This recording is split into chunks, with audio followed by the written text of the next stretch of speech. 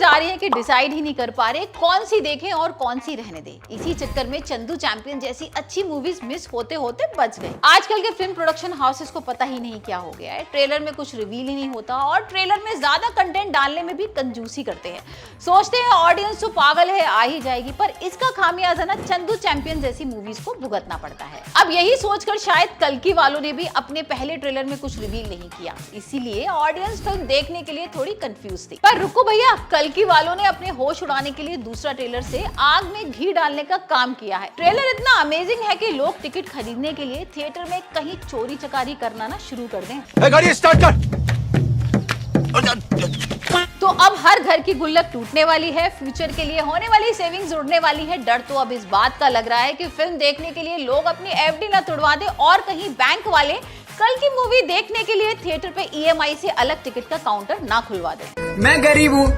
कहा तो ये भी जा रहा है मकई के खेतों के लिए इंफॉर्मेशन एंड ब्रॉडकास्टिंग मिनिस्टर ने यूएसए और रशिया से सिक्योरिटी बुलाई है ताकि खेत से थिएटर तक पॉपकॉर्न सेफली पहुंच सके और आप लोग को कल की मूवी में पॉपकॉर्न की कोई कमी ना हो। भाई साहब कुछ ज्यादा नहीं हो गया ये? मतलब कुछ भी। तो अब बात कर लेते हैं ट्रेलर में क्या कुछ दिखाया गया है। अब इस दूसरे ट्रेलर की स्टार्ट में ही पानी की एक बूंद से होती है। पानी की एक बूंद की वैल्यू कल्कि की दुनिया में मिलियंस है। ये सिर्फ पानी की एक बूंद नहीं, ये सिग्नल है कल्कि की धरती में अवतरित होने की, जिसका इंतजार अश्वत्थामा युगों युगों से कर रहे थे, शहर के दूर एक गुफा में चादर बिछा के। इस अचानक होती बारिश से संभलना लोगों को समझ नहीं आता है ये क्यों हो रहा है। बारिश ऊपर से भी गिरती है, ये तो हमने कहानियों में ही सुना था, पर ओ माय गॉड ये तो रियल है। और एक हम है जिनको बारिश की कदर नहीं है। पर विलन आग से अंधे तो है नहीं, ये बारिश के सिग्नल्स विलन्स को भी दिखाई देते हैं और वो अपने सैनिकों को भेज देते हैं दीपिका को पकड़ने। पर उनके बीच में आ जाते हैं हमारे अश्वत्थामा अपने हाथ में डंडा लिए। मैं बता दूं ये वही डंडा है जो इन्होंने गांधी जी को गिफ्ट किया था ताकि वो अंग्रेज को इंडिया से बाहर भगा सके और अपने देश को रेडी कर सके हमारे प्रभु कल्कि के स्वागत के लिए। तो ऐसा भी हो सकता है अयोध्या में राम मंदिर बनना कोई कोइंसिडेंस ना हो, बल्कि एक लास्ट चांस हो कलयुग में होने वाले महाविनाश को टालने का।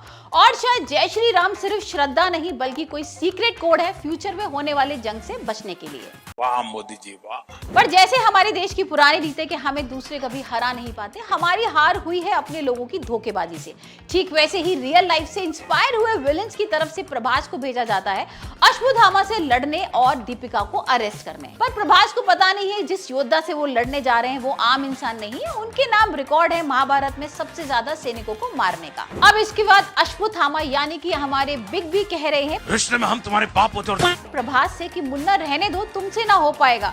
मैं वो हूँ जिसने अकेले कौरवों की तरफ से पूरी महाभारत लड़ी थी, पर गलती बस यही हुई थी कि मैंने ब्रह्मास्त्र चला दिया था अभिमन्यु की बीवी उत्तरा के घर पर, जिसकी सजा मैं आज तक काट रहा हूँ और ये मेरी लास्ट अपॉर्चुनिटी है अपनी गलती सुधारने की और मैं इसे पूरा करके रहूंगा, चाहे इसके लिए मुझे एक बार फिर से महाभारत ही क्यों ना करनी पड़े। और वैसे भी मुझे एक्सपीरियंस है महाभारत लड़ने का। इन अदर वर्ड्स वो कह रहे हैं बाप को भेज, तेरे बस की बात नहीं। प्रभास तुम तो अभी फ्रेशर हो इस गेम में, मैं यहाँ थाला फॉर अ रीजन हूँ। अब पूरी तरह पिटने के बाद ना प्रभास अपने बॉस के पास जाते हैं और बोलते हैं सॉरी सर मुझसे ना हो पाएगा, मुझे माफ कर दो। और विलन को ना कोई दिखता ही नहीं है टारगेट के नजदीक जाने के लिए, क्योंकि भाई प्रभास ही था उनके पास। जैसे कि हमारी क्रिकेट की लैंग्वेज में बोला जाए कि कोई बॉलर नजर नहीं आता जो अश्वत्थामा को बॉल डाले, क्योंकि उनकी टीम से खेल रहे हैं वर्ल्ड के बेस्ट बॉलर बुमराह यानी प्रभास। वही ट्रेलर में हम आगे देख रहे हैं कि भाई अश्वत्थामा यानी हमारे बिग बी ऐसे विलन्स के लोगों को कूट रहे हैं जैसे वो बड़ा पाव की हरी चटनी को। अश्वत्थामा इस फॉर्म में ना अलग ही लग रहे हैं, मानो मैच का लास्ट ओवर चल रहा हो और स्ट्राइक पे अश्वत्थामा नहीं धोनी बैटिंग कर रहे हो। अब विलन की टीम गूगल से एक आइडिया उधार लेती है, वो फैसला करती है दीपिका को किडनैप कर लेते हैं, लेकिन वो भी उनसे हो नहीं पाता तो उनको लगता है चलो भाई दीपिका के साथ साथ ना